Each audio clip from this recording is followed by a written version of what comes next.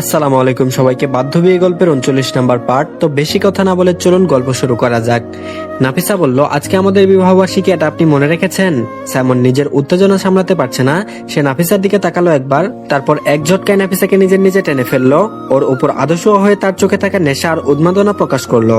নাফিসা কিছুটা হেলাফেলা করে তাকালো, কিন্তু সাইমনের চোখের দিকে তাকিয়ে বোঝার চেষ্টা করলো সে কি হতে যাচ্ছে। সাইমন গা ভরে ফিসফিস করে বলল, প্লিজ আরেকটা কথা জিজ্ঞেস করিস না বউ, আমার হরমোন আর আমাকে শান্ত হতে দিচ্ছে না। বলি নাফিসার অধরে তার অধর মিলিয়ে দিল, উন্মাদের মতো করে তার হালাল বউয়ের অধর নিজের আয়ত্তে নিচ্ছে। নাফিসা সাইমনের উন্মাদনাকে সামলাতে না পেরে নিজের হাত দিয়ে তার পিঠ আঁকড়ে ধরলো। সাইমন এবার নাফিসার অধর ছেড়ে দিয়ে গলায় চুমু দিয়ে ভিজিয়ে দিতে থাকলো, মাঝে মাঝে ছোট ছোট কামড় বসিয়ে দিচ্ছে। নাফিসা তার স্বামী নামক হালাল পুরুষের স্পর্শগুলো সামলে নিচ্ছে, যদিও বা অনেক বেগ পেতে হচ্ছে। কিছু সময় পর সাইমন নাফিসার গলা থেকে মুখ তুলে আবারও নাফিসার অধরে নিজের অধর মিলিয়ে দিল। এবার শুধু অধরের আক্রমণ করেই থেমে নেই, নিজের শক্ত হাত গলিয়ে দিল নাফিসার জামা ভেদ করে। পুরো শরীর জুড়ে ওর হাত বিচরণ করা শুরু করলো। তারপর ধীরে ধীরে হাত আরো উপরে নিয়ে গেল। নাফিসার নারী সত্তাকে স্পর্শ করে চাপ প্রয়োগ করতেই নাফিসা মৃদু গুমড়িয়ে উঠল। সাইমন এবার নাফিসার জামার ভিতর থেকে হাত বার করে নাফিসাকে হালকা উঁচু করে জামার চেন নিচে নামিয়ে দিল। নাফিসা আটকে উঠল, জোরে জোরে নিঃশ্বাস নিয়ে নিজের হাত সাইমনের হাতের উপর দিয়ে বাধা দিতে গেল। সাইমন নাফিসার দিকে একবার তাকিয়ে ওর জামাটা একটা টান দিয়ে খুলে টান মারলো। নাফিসা লজ্জায় মাথা নিচু করে সাইমনের বুকে মাথা গুজে দিয়ে নিজেকে আড়াল করতে চাইলো। আচ্ছা ডিম লাইটের আলোয় সেটা বুঝতে পেরে সাইমনের ঠোঁটের কোণে মৃদু হাসির রেখা দেখা দিল।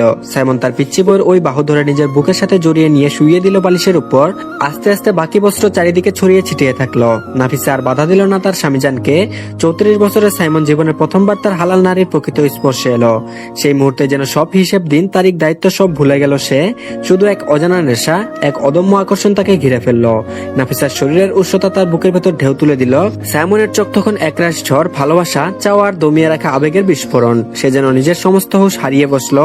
চারপাশ থমকে গেল, শুধু রয়ে গেল দুজনের নিঃশ্বাসের আওয়াজ, বুকের ভেতর ঢাকের মতো বাজতে থাকা হৃদস্পন্দন। নাফিসা হাঁপাস করতে লাগলো, শ্বাস প্রশ্বাস ভারী হয়ে উঠলো। তবুও সাইমনের হুঁশ যেন অচল। সে নিজের আবেগে এতটাই মগ্ন হয়ে পড়েছে যে এক চুলো সরতে নারাজ। তার ভেতরে জমে থাকা বছরের পর বছর দমিয়ে রাখা আকুলতা আজ যেন মুক্তির পথ খুঁজে পেল। ধীরে ধীরে ঘর ভরে উঠলো দুজনার নিঃশ্বাসে। একে অপরের শরীর থেকে ভেসে আসা তাপে ঘরের নীরবতাকে ভেঙে দুজনার আবেগ মাখা শ্বাসরোধী পরিবেশ ছড়িয়ে পড়লো চারপাশে। যেন প্রতিটি দেয়াল, প্রতিটি আসবাবপত্র, বাতাস সবাই তাদের মুহূর্তের সাক্ষী হয়ে থাকলো। সেই ঘরে তখন শুধুমাত্র সাইমন আর নাফিসা, দুই নরনারী, যাদের স্পর্শে ভালোবাসা, কামনা আর হালাল সম্পর্কে পবিত্র বন্ধনে মিলেমিশে এক আমুক আবেশের সৃষ্টি করলো। দীর্ঘ সময়ের উন্মাদনা শেষে অবশেষে সাইমন ক্লান্ত শরীর নিয়ে নাফিসার কাছ থেকে একটু দূরে সরে এলো। তবে দূরে নয়, সে হাত বাড়িয়ে নাফিসাকে টেনে নিজের বুকের সাথে মিশিয়ে নিল। নাফিসার বুক ওঠানামা করছে অনিয়মিত ভাবে, সমস্ত শরীর তার ক্লান্তি আর ব্যথায় ভারাক্রান্ত। নাফিসা কাপা হাতে সাইমনের বুকে হাত রাখলো। সাইমন তার আঙুলগুলো আলতো করে চুলের ভেতর ঢুকিয়ে দিল, নাফিসার দিকে দৃষ্টি দিল। ওর চোখের কোণা ভিজে উঠেছে, ঠোঁট কাঁপছে।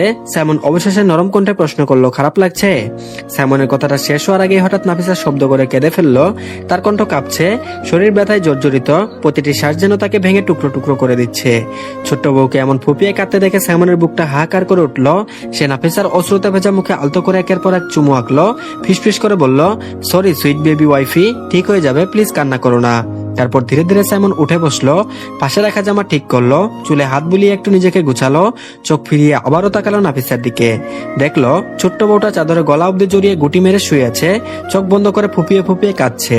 সাইমনের বুকের ভেতরটা ভেঙে যেতে লাগলো। সে আস্তে করে চাদরটা দিয়ে আরো ঢেকে দিল, তার পিচ্চি পুতুলকে নিজের বাহুতে নিয়ে কুলে তুললো। ধীর পায়ে এগিয়ে গেল ওয়াশরুমের দিকে। ওয়াশরুমে গিয়ে শাওয়ার অন করতেই ঠান্ডা পানির ছোঁয়ায় নাফিসার শরীর ঝাঁকিয়ে উঠলো। ব্যথায় জর্জরিত শরীর নিয়ে সে এক চুলো নড়তে পারলো না, বরং শক্ত করে সাইমনকে আঁকড়ে ধরলো। সরে আসতে চাইলো, কিন্তু ব্যথায় আর দুর্বলতায় শরীর তার মানলো না।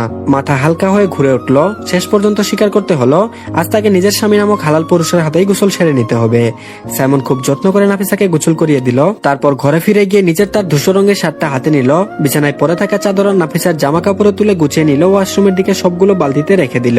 ওয়াশরুমে দাঁড়ানো নাফিসার গায়ে আলতো করে নিজের শার্ট জড়িয়ে দিল। তারপর আস্তে আস্তে করে কুলে তুলে নিয়ে আবারও ঘরে ফিরে এলো। বিছানায় শুয়ে দিয়ে আলমারি থেকে আরেকখানা চাদর নিয়ে এসে নাফিসার গায়ে টেনে দিল। সাইমন তোয়ালে দিয়ে ওর ভেজা চুল মুছে দিল ধীরে ধীরে। শেষমেশ শুকনো একটা চুমু দিল ওর ঠোঁটে। মাথায় হাত বুলিয়ে ফিসফিস করে বলল, ঘুমিয়ে পড়ো, স্লিপ, আমি আসছি। চলে আসতে চাইলেই নাফিসা তার হাত আঁকড়ে ধরলো। সাইমন মৃদু হেসে নিচু হয়ে বলল, ওয়াশরুমে যাচ্ছি, ফ্রেশ হয়ে এখনই আসছি, তুমি ততক্ষণ ঘুমাও। এরপর সে ওয়াশরুমে গেল, ভেতরে থাকা সমস্ত জামা কাপড় ভালো করে ধুয়ে নিল, নিজেও ফ্রেশ হয়ে বেরিয়ে এলো। বাইরে এসে বালতিটা বারান্দায় নিয়ে গিয়ে জামা কাপড়গুলো মেলে দিল, ফিরে এসে টেবিলের উপর রাখা ফোনটা হাতে নিল। সাইফানকে মেসেজ করলো কিছু প্রয়োজনীয় জিনিসপত্র নিয়ে আসার জন্য, কারণ ঘরে কোনো কাপড় নেই আর শুকাতে সময়ও লাগবে, না চাইলেও তাকে এখন তার উপর নির্ভর করতেই হবে। সব কাজ শেষ করে ফোনটা টেবিলে রেখে সাইমন আবারও বিছানায় গেল, দেখলো নাফিসা ইতিমধ্যেই ঘুমিয়ে পড়েছে। তার মুখটা শান্ত, যেন গভীর ক্লান্তি ঘুম তাকে আচ্ছন্ন করে রেখেছে। সাইমন ধীরে ধীরে ওর পাশে শুয়ে পড়লো, নাফিসাকে নিজের কাছে টেনে নিল, মাথায় হাত বুলাতে বুলাতে তাকিয়ে রইল ওর মুখের দিকে। কখন যে নিজেও ঘুমিয়ে গেল বুঝতেই পারলো না। পরদিন সকাল, সূর্যের আলো ঘরের জানালার পর্দা ভেদ করে আলো ভরিয়ে তুলেছে। ঘড়িতে তখন সকাল 10টা। নাফিসা এখনো সাইমনের বুকে মাথা রেখে ঘুমিয়ে আছে। অন্যদিন হলে ভোরে উঠে যেত, কিন্তু আজ ক্লান্তি তাকে গভীর ঘুমে আবদ্ধ করে রেখেছে। হঠাৎ বাইরের দরজার শব্দে সাইমনের চোখ মেলে গেল, একটু ধাতস্থ হয়ে সে চারপাশে তাকালো, তারপর আলতো করে নাফিসার দিকে ফিরল, দেখলো সে তখনও ঘুমে তলিয়েছে। নাফিসার গালে আলতো চুমু দিয়ে সাইমন খুব সাবধানে উঠে দাঁড়ালো, ধীর পায়ে দরজার দিকে এগিয়ে গেল। সাইমন খালি গায়ে, কোমরে শুধু একটা টাওয়েল জড়িয়ে দরজা খুললো। সামনে দাঁড়িয়ে থাকা সাইফান তাকিয়ে রইল হা করে, এক নজরে মাথা থেকে পা পর্যন্ত পর্যবেক্ষণ করতেই ওর চোখ ছোট হয়ে এলো। সাইফান চোখ কুচকে বলল, ভাই তুমি আমার ছোটর সাথে কি অপকর্ম করেছো বলো তো? গায়ে সব দুষ্টু দুষ্টু আচর কেন? তোমার দেখে মনে হচ্ছে আমার ছোটটা আদরই না। সাইমন বিরক্তিতে মুখ কুচকালো, তারপর বলল, তোর মুখটাই গিলে ফেলবো এবার, আজে বাজে বকিস না। নিয়ে এসেছিস যেগুলো নিয়ে আসতে বলেছিলাম। সাইফান অভিযোগ ভরা গলায় বলল, ছি ভাইয়া ছি, আমার ছোটর সাথে এমন অপকর্ম, আবার আমাকে এই গরিব সিঙ্গেল মানুষকে দিয়ে সব আনাচ্ছ। সাইমন সাইফানের হাত থেকে ব্যাগটা এক প্রকার ছিনিয়ে নিয়ে দরজা বন্ধ করে দিল। সাইফান ভেতরে ঢুকে ফিরতেই সাইফান আবারও গলা ছাড়লো, তারপর বলল, তোমাদের ওই দিন এখন আমি যে এখনো এক আচরও পাইলাম না কারো কাছ থেকে, শুধু মশা কামড়াই ছাই। সাইমন দরজা বন্ধ করে হাতে থাকা ব্যাগটা টেবিলের উপর রাখলো, তারপর ব্যাগ থেকে একটা পেন বের করে দ্রুত পরে নিল। চোখ গোল বিছানায় শুয়ে থাকা নাফিসার দিকে, এখন গভীর ঘুমে আচ্ছন্ন তার বউটা। ধীরে ধীরে এগিয়ে গিয়ে শুয়ে পড়লো ওর পাশেই। নাফিসার পরনে তার নিজের শার্ট, একবার মুখটা ভালো করে পর্যবেক্ষণ করলো। ঘুমিয়ে থাকার দরুন আরো মায়াবী লাগছে তার পিচ্ছি পুতুলকে। তারপর শার্টে হাত বাড়িয়ে দু একটা বোতাম আলগা করে নিয়ে মুখ গুজে দিল বুকের গভীরে। নাক বুলাতে বুলাতে মাঝে মধ্যে হালকা চুমুকে দিতে লাগলো। গভীর ঘুমের মধ্যেও এভাবে স্পর্শ করায় নাফিসার ঘুমের ব্যাঘাত ঘটলো। পিটপিট করে চোখ খুলে সাইমনকে এভাবে তার এত কাছে দেখে লজ্জায় লাল হয়ে গেল। মুহূর্তের মধ্যে রাতের কথা স্মরণ হতেই লজ্জায় সাইমনকে হাত দিয়ে সরাতে চাইলো, কিন্তু এই নির্লজ্জ স্বামী নামক পুরুষকে সহজেই সরতে চায়। সে নিজের কাজে বাধা পেয়ে জেদি ভঙ্গিতে নাফিসার বুকের উপর মুখ গুজে রেখেই বলল, সুইট বেবি ওয়াইফি, তুমি যতই সরাতে চাও আমি ছাড়ছি না। রাতের পরও মনে হচ্ছে আমি তোমাকে এখনো পুরোটা পাইনি। নাফিসা চোখ বড় বড় করে তাকালো, বুক ধকধক করছে, মনে হচ্ছে শরীরের ভেতরটা আবারও আগুনের মতো জ্বলে উঠছে। তবুও লাজুক কণ্ঠে মিনমিন করে বলল, উঠেন তো, অনেক বেলা হয়ে গেছে, ভাইয়ারা হয়তো আমাদের জন্য অপেক্ষা করছে। সাইমন এক ঝটকায় মুখ তুলে তাকালো ওর দিকে, চোখে মুখে এক অদ্ভুত উন্মাদনা, ঠোঁটে হালকা এক চৌড়া হাসি। তারপর বলল, করতে দাও, বেশি কথা বলো না আমার পিচ্চি বউ। কথাটা বলে আবারও নিজের ঠোঁট নামিয়ে আনলো। এবার একের পর এক চুম্বনে ভরিয়ে তুললো নাফিসার গলা আর বুকের মাঝামাঝি অংশ। নাফিসা হাত দিয়ে ওকে ঠেকাতে গেলেও সাইমন তার হাত দুটো ধরে খাটের উপর চেপে ধরলো, তারপর দাঁত বসিয়ে দিল নরম চামড়ায়। নাফিসার ঠোঁট থেকে ব্যথা মিশ্রিত এক গুমড়ে ওঠা শব্দ বেরিয়ে এলো। সাইমন শেষ শব্দ শুনে আরো পাগল হয়ে উঠলো। দাঁত বসানো জায়গাটাই সঙ্গে সঙ্গে মুছে দিল ভেজা চুম্বনে, যেন ব্যথা আর লজ্জা দুটোই চুষে নিয়েছে, শুধু আদরে ভরিয়ে দিতে চাইছে। নাফিসার চোখ ভরে উঠছে অশ্রুতে, কিন্তু সেটা আর পুরোপুরি দুঃখের নয়, তার বুকের ভেতর মিশে আছে ভালোবাসা, আবেগ আর স্বামীর ছোঁয়ার প্রতি অদ্ভুত এক আত্মসমর্পণ। সাইমন ফিসফিস করে বলল, তুমি আমার, শুধু আমার, আজীবন তুমি আমার পকেট সাইজ সুখ, আমার ছোট্ট পুতুল। নাফিসা আর কিছু বলল না, শুধু চোখ বন্ধ করে মাথা গুজে দিল সাইমনের বুকে আর জড়িয়ে ধরলো তাকে। ঘর আবারও ভরে উঠলো দুজনের নিঃশ্বাসে, একে অপরের দম বন্ধ করা আবেগে। আর এদিকে সাইফান নিজের সাথে বকবক করতে করতে তাদের জন্য বরাদ্দ থাকা ঘরে ঢুকলো। ভেতরে গিয়ে দেখে রাজীব ফোনে বেশ চুপচাপ দরজার কাছে দাঁড়িয়ে কান পাতলো। রাজীব নরম স্বরে বলছে, প্লিজ বেবি, রাগ করো না, আমি ছুটি নিয়েই নেবো, এখন তুমি একা একা শপিংটা করে নাও।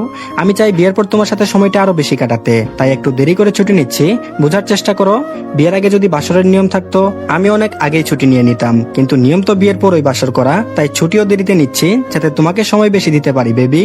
ওপাশ থেকে কি উত্তর এলো সেটা সাইফানের কানে পুরোপুরি পৌঁছালো না, শুধু দেখলো রাজীব হঠাৎ ফোনটা কানের কাছ থেকে সরিয়ে বাংলা পাঁচের মতো মুখ করে ফোনের দিকে তাকাচ্ছে।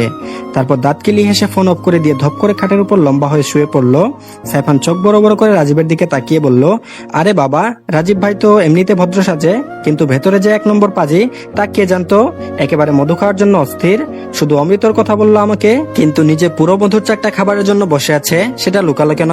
একটা শয়তানি হাসি দিয়ে আবারও বলল, আজকে রাজীব ভাইকে ছাড়বো না, মুখ থেকে সব বের করিয়ে ছাড়বো। বলে এগিয়ে গিয়ে রাজীবের পাশে শুয়ে পড়ে রাজীবকে জড়িয়ে ধরলো। রাজীব চোখ বন্ধ করেছিল, হঠাৎ এমন আচরণে আটকে উঠে চোখ মেলে বলল, সাইফান কি করছো, ছাড়ো আমাকে। সাইফান গম্ভীর গলায় বলল, না ভাই আজকে ছাড়ছি না, তুমি শুধু অমিতার কথা বললে, কিন্তু মধুর চাক খাওয়ার জন্য যে উতলা হয়ে আছো সেটা বলো না কেন? আজ তোমার কাছ থেকে সব শুনেই ছাড়বো। রাজীব তড়িঘড়ি করে নিজেকে ছাড়িয়ে নিয়ে উঠে বসলো, তারপর বলল, সাইফান তুই আমার ভাই, আমি সব বলবো, কিন্তু এভাবে চেপে ধরিস না। আমার হবু বউ যদি দেখে তাহলে হবু বউই থেকে যাবে, বউ হয়ে উঠবে না, সাথে শুধু বিয়ে ভেঙে দেবে না, আর ভাঙার আগে আমাকে মেরে ফেলবে। প্লিজ ছোট ভাই, আমার থেকে দূরে থাক। সাইফান দুষ্টু হাসি দিয়ে আবারও এগিয়ে আসতে গেলে রাজীব তাড়াতাড়ি খাটের পাশে রাখা নিজের শার্টটা হাতে তুলে নিয়ে দৌড়ে দরজা খুলে বাইরে বেরিয়ে গেল। সাইফানও দরজা পর্যন্ত ছুটলো, কিন্তু তার আগেই রাজীব উধাও। বিছানায় ফিরে এসেই সাইফান পেট চেপে হু হু করে হেসে উঠলো। তারপর মনে মনে বলল, আহা ভাই, জীবনে একটাই সমাধান, বিয়ে ছাড়া আর কোনো উপায় নেই। ভবিষ্যৎ বউ হয়তো আমার জন্য এখন কান্নার বন্যা বইয়ে দিচ্ছে, তাই আর অপেক্ষা না করে তাড়াতাড়ি বিয়ের ব্যবস্থা করতেই হবে। তারপর ইচ্ছা মতো যখন খুশি অমিত খাবো। আহ শান্তি শান্তি, বলতে বলতে বালিশে মাথা দিয়ে ঘুমিয়ে গেল সাইফান। তো ধন্যবাদ সবাইকে, আজকের পার্টটি এই পর্যন্তই। পরবর্তী পার্টের লিংক কমেন্ট বক্সে পেয়ে যাবেন, তো সবাই দেখে নেবেন, আর অবশ্যই আমাদের চ্যানেলটিকে সাবস্ক্রাইব করে দিবেন। ধন্যবাদ সবাইকে, আল্লাহ হাফেজ।